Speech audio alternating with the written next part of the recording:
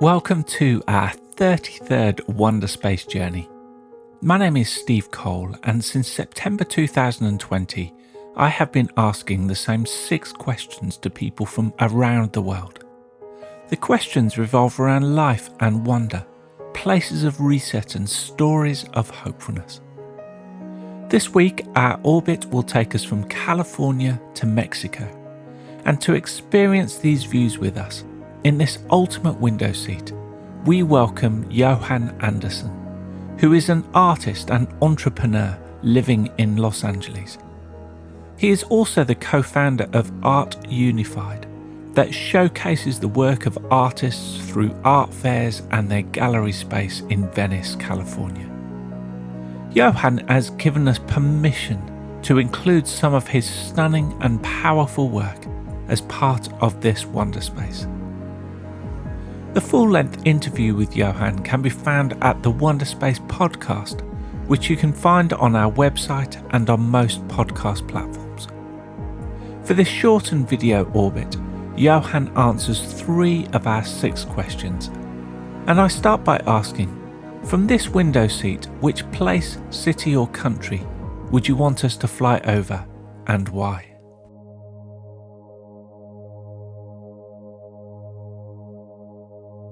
It would be Los Angeles, because I used to go there every year for an artist residency with my friend Drew, and he would let me paint in his backyard.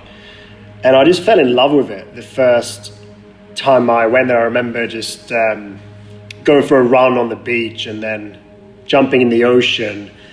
And then I'd go back, have a shower, put on Vampire Weekend on the record player, and it would just have this incredible vibe.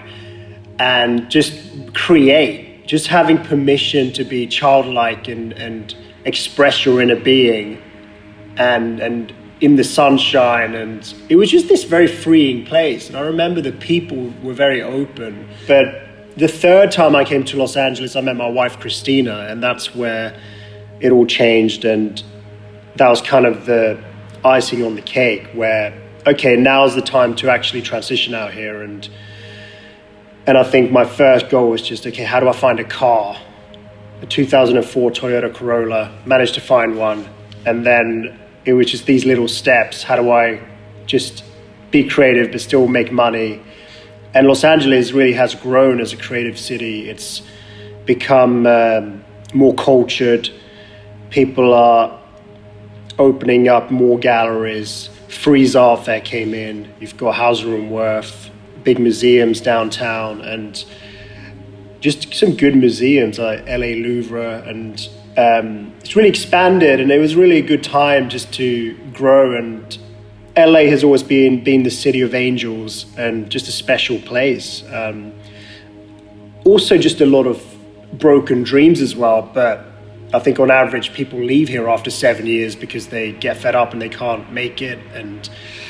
But I think I've always been someone who's very driven, but also wanting to just get community and connection and culture to people and use art as a way of communicating ideas in a very simple way. And essentially what we do at Art Unified is bring up the question, what is the conversation you want in your home? So it's been exciting being in LA, and I think now it's about just expanding to other areas such as Nashville and opening up new creative spaces around the country.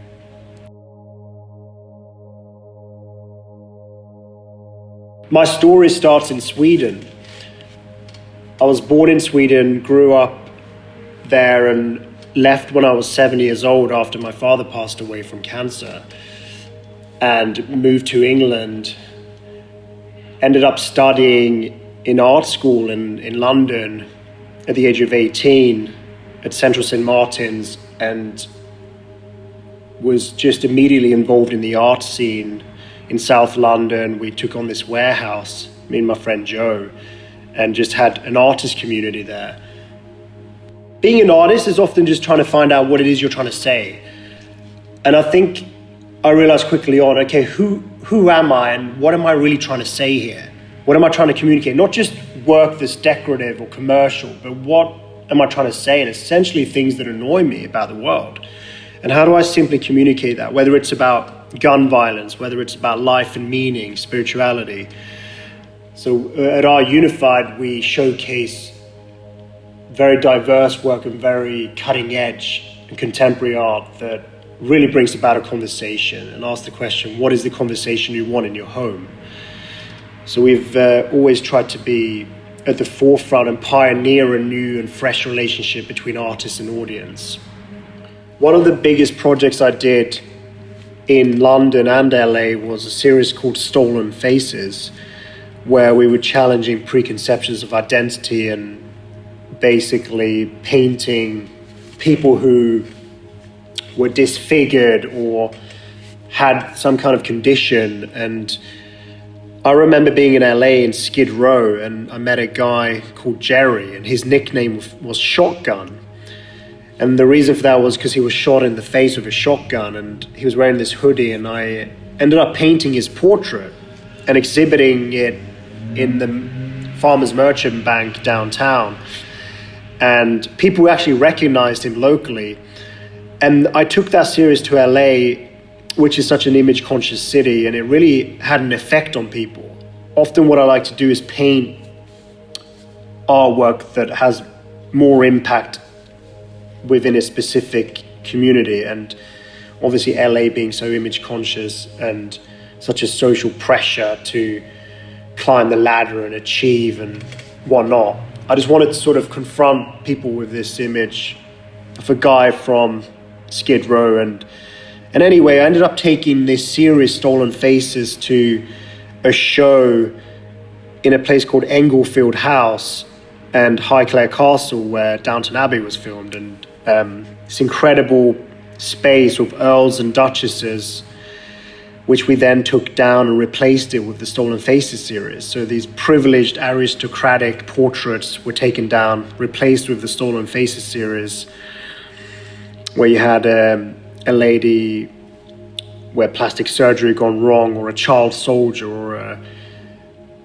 woman with a cleft palate, or a Jerry with who was shot in the face with a shotgun, or Hank who was covered in tattoos on his face. Just all kinds of different portraits, which were very powerful.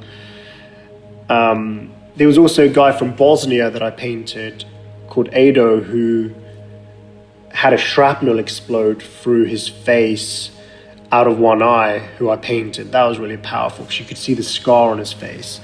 So that was a great show that we did in the UK at Englefield House. And just that idea of the marginalized of society that we overlook, and really homing in on their face and celebrate them and frame them, was a new thing, and I wanted to do that. There's another series. I did a trip to Haiti and met this girl who had bowed knees.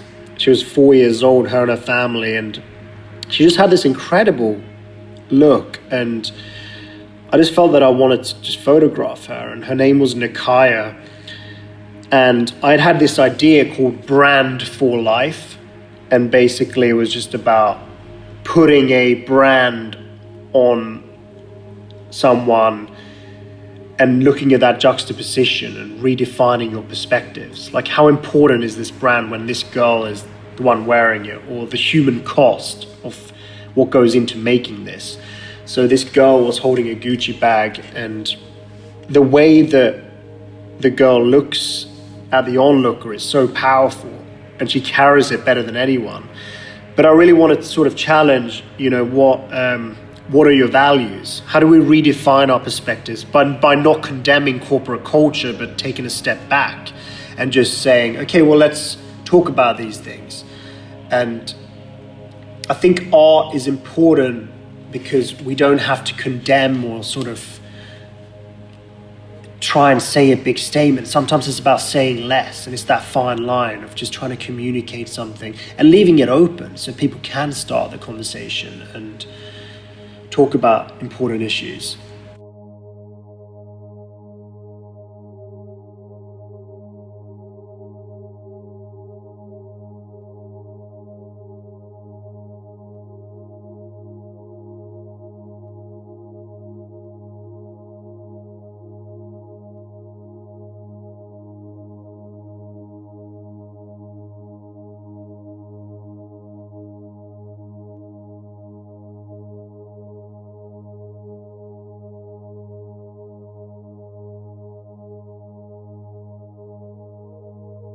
My story of hopefulness is my friends Joe and George from London, who started a company called Artistic Spaces.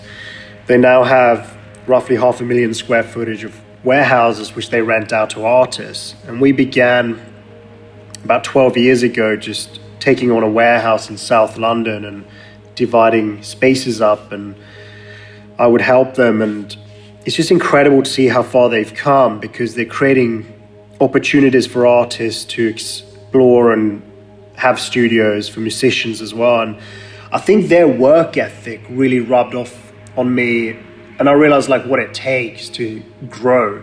I think Joe in his life has always been taught like, think big and don't be afraid to fail, because you won't do anything original if you think like that. And just having that faith and looking at how they've done it, they would like wake me up at 6 a.m. and start like kicking me, like, come on, get up, let's get to work, let's make a smoothie and get on with the day. And just those, it's always the grind. People often want to think and dream big, but they don't want to do the steps to get there. There's no shortcuts.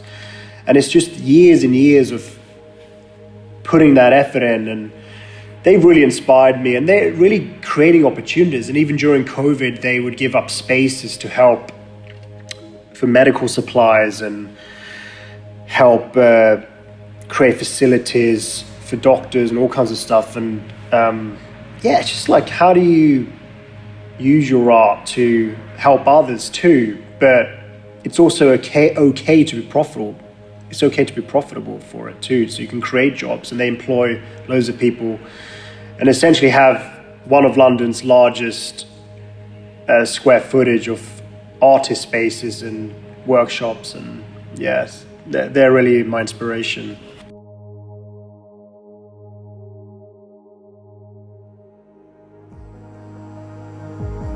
To find out more about Johan and Art Unified, go to johanandersson.com and artunified.com.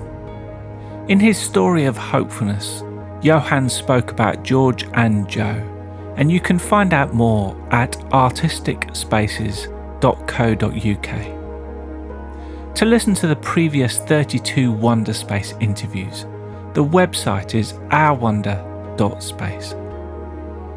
I want to thank Johan for joining us on this Wonderspace, and I hope you can join us next week for more wonders and stories of hopefulness.